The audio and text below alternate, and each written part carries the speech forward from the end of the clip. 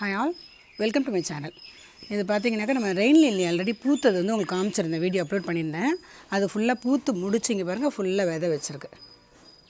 அந்த மாதிரி தான் இருக்கும் இந்த சீட்ஸு, இந்த மாதிரி தான் இருக்கும்.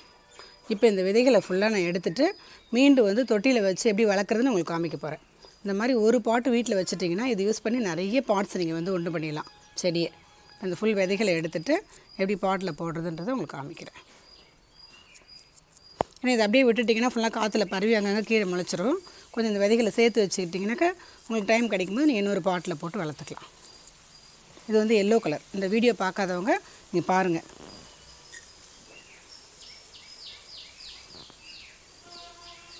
இதை அப்படியே விட்டுட்டிங்கன்னா தெரிச்சு அங்கங்கே சைடில் வந்து முளைச்சிரும் கார்டனில்.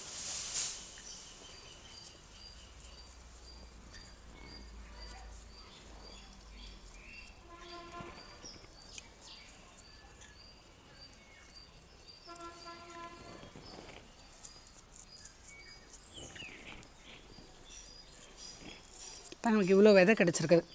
அது ஒரு 6-7 தொட்டியில் நம்ம போட்டுடலாம். ஒரு 10-15 நாளில் வந்து அந்த இது கொஞ்சம் குருத்து லைட்டாக வர ஆரம்பிச்சிடும். நான் உங்களுக்கு பாட்டில் போட்டு எப்படி வளருதுன்றதை காமிக்கிறேன் உங்களுக்கு. இப்போ வந்து நம்ம தொட்டியில் மண் எப்படி ஃபில் பண்ணுறதுன்னு பார்க்க போகிறோம். ஆல்ரெடி பாருங்கள் 2 ஹோல் இருக்குது. இப்போ நான் ஹோல் போட்டுட்டேன். அதில் பேக் சைடு அப்படியே ஹோல் போட்டுட்டேன் நான் கம்பியை ஹீட் பண்ணி. இப்போ இந்த தொட்டியில் வந்து என்னென்ன மண்ணை வந்து நான் எப்படி ஃபில் பண்ணுறேன் அப்படின்னு பார்க்கலாம். இது வந்து பார்த்திங்கனாக்கா நான் வீட்லேயே ரெடி பண்ணி அந்த காய்கறி கழிவோட வேஸ்ட்டு நான் வந்து நல்லா காய வச்சுட்டேன். நல்லா ஈரமாக இருந்து காய வச்சு எடுத்துக்கிட்டேன்.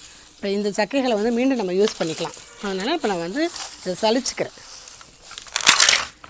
நீங்கள் பெரிய தொட்டினா அப்படியே போட்டுக்கலாம். சலிச்சுக்கிறேன் நான்.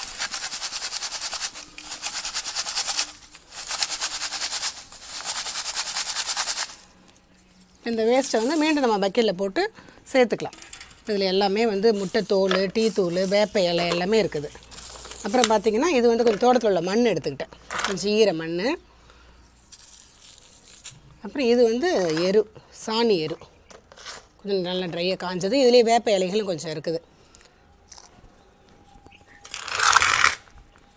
தனியாக பாருங்கள், அந்த சைடு கொஞ்சம் வேப்ப இலையும் வேப்ப மரத்துலேருந்து அடியில் உள்ள வேப்ப இலையும் எடுத்துகிட்டு வந்து வச்சுருக்கிறேன். இது போட்டு நம்ம செடி இதில் விதைகள்லாம் வைக்கும்போது நல்லா உங்களுக்கு வந்து வேரில் வந்து இது வேர்க்கரையான்லாம் அரிக்காது, பூச்சிகள் எதுவும் வராது.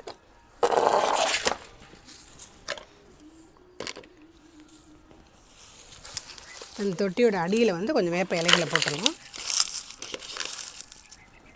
இலைகள் மட்டும் இருக்க மாதிரி பார்த்துக்குங்க. அது மேலே கொஞ்சம் சத்தான மண்.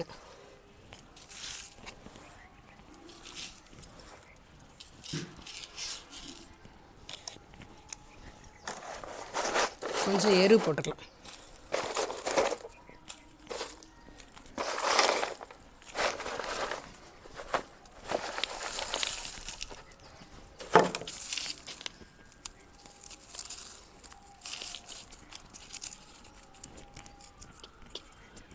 இது மேலே வந்து கொஞ்சம் ஈர மணல்.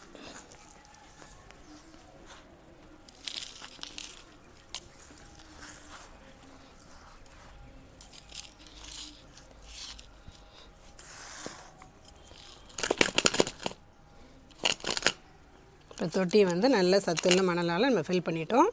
இப்போ வந்து ரெயின் லில்லி விதைகளை வந்து எப்படி நடுறதுன்னு பார்க்கலாம். கொஞ்சம் வந்து இது விட்டுக்குங்க, ரொம்ப ஃபுல் பண்ண வேண்டாம், நீங்கள் கொஞ்சம் கேப் இருக்கட்டும்.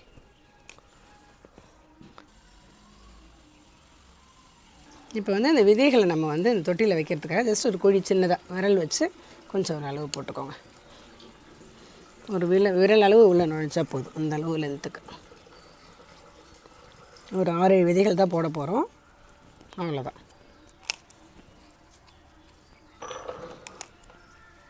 ஒன்று ஒரு விதைகளை உள்ளே போட்டால் போதும்.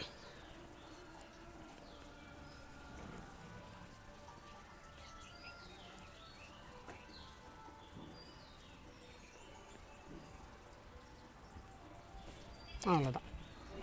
போட்டு அப்படியே ஃபில் பண்ணிவிடுங்க. 10-15 நாளில் வந்து நல்லா இதாச்சு முளை வர ஆரம்பிச்சிடும். நான் வந்து அப்புறம் உங்களுக்கு காமிக்கிறேன் எப்படி வந்திருக்குன்னு சொல்லிட்டு க்ரோத்து. இப்போ போட்ட பிறகு நம்ம தண்ணி ஊற்றிடலாம். இப்போ அந்த விதைகளுக்கு வந்து நம்ம உயிர் தண்ணி ஊற்றிடலாம்.